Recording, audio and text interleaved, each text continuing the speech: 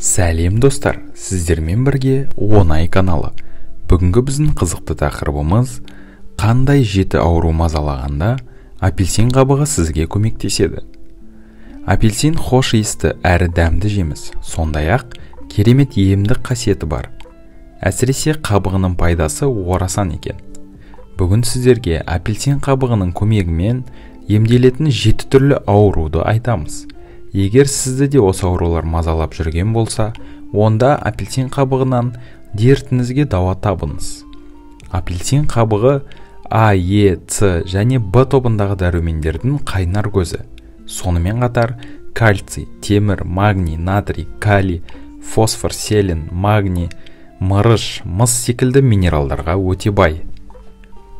Қалай дайындаймыз?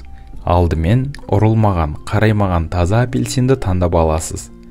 Сосын жылы сабынды сумен тазалап жуасыз. Артынан майлыққа қойып, жақсылап құрғатасыз. Енді апельсиннің қабығын мұқият аршып, таза майлыққа қоясыз. Қабық әбден кепкен кезде орташа көлемде текшелеп тураңыз, немесе үккіштің көмегімен үксеңіз болады. Ең алдымен жөтелді емдейді. Тамағыңыз жыбырлап, жөтеліп бастасаңыз, суықтап қалсаңыз, немесе тұмау тигізсеңіз, онда апельсин қабығын ем ретінде қолданыңыз. 1 стақан қайнаған суға 2 ас қасық қабықты салып, 5-7 минут тұндырасыз. Сосын сүзіп алып ішіңіз. Тіпті жатын бөлмеңізге апельсин қабығын қойсаңыз да керемет әсер ететініне сеніңіз. Екіншіден, бауырды тазалайды. Апельсин қабығындағы эфир майы бауырды артық заттан тазартып, иммунитетті нығайтады, әрі жүйке жүйесін тыныштандырады. Сонымен қатар, ұйқысыздық ауруына шалдыққандарға, стресс алғандарға ұйқыға жатар алдында 1 стақан апельсин қабығынан дайындалған шай ішуге кеңес береміз.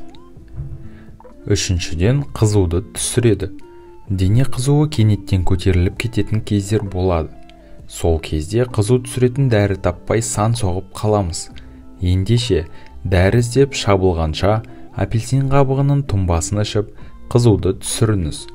Ол үшін 1 стақан жылы ыстық суға 2 тілім апельсинді қабығымен салып, 40-45 минут тұндырып қойыңыз.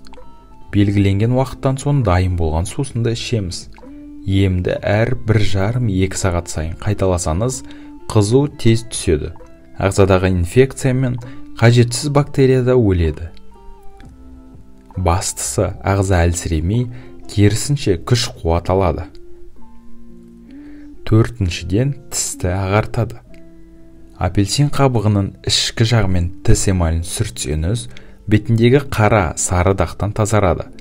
Тістің сыртқы қабатын жақсартып, ауыздағы жағымсыз иісті кетіреді. Емді күніне 2-3 рет қайталап тұру керек. Қабықпен 5 минуттай сүрткен соң, артынан жылы сумен ауыз қуысын шаясыз. Бесіншіден, семіздікпен күреседі. 1 стақан қайнаған суға 1 ас қасық қабықты салып, қақпағын мықтап жабасыз. 10 минуттай тұндырылған соң сусынды сүзіп алыңыз.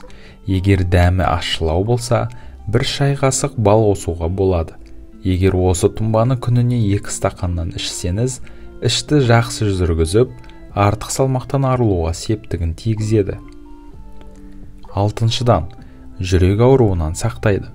Егер сіз апельсин қабығынан дайындалған шайды үзбей ішетін болсаңыз, жүрек ауруынан сақтанасыз.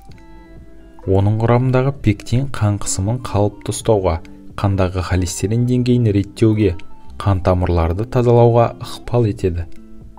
Сонымен қатар, варикоз, инфаркт, миокард және инсульт ауруларынан алыс боласыз.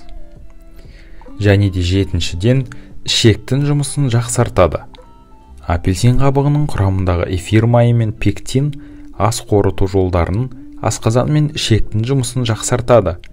Іш қатуды емдеп, қыжылды болдырмайды. Асқазаныңыз тамақты жеңіл әрі тез қорытсын десеңіз, күніне 3 рет бірнеше жұтым апельсин қабығының тұнбасын ішіңіз. Апельсин таптырмайтын жеміс емес, өзі дәмді, хош иісті әрі емдік қасиеті орасан жемісті үзбей жеуге тырысыңыз. Жоғарыда аталған аурудың алдын алудан бөлек, ағзаны С дәруменімен байытасыз. Бүгінгі видеомыз сіздерге пайдалы болды деген ойдамыз. Сіздермен болған оңай каналы. Келесі кездескенше достар, каналымызға тіркеліп, видеоларымызға лайк басуды ұмытпаңыздар.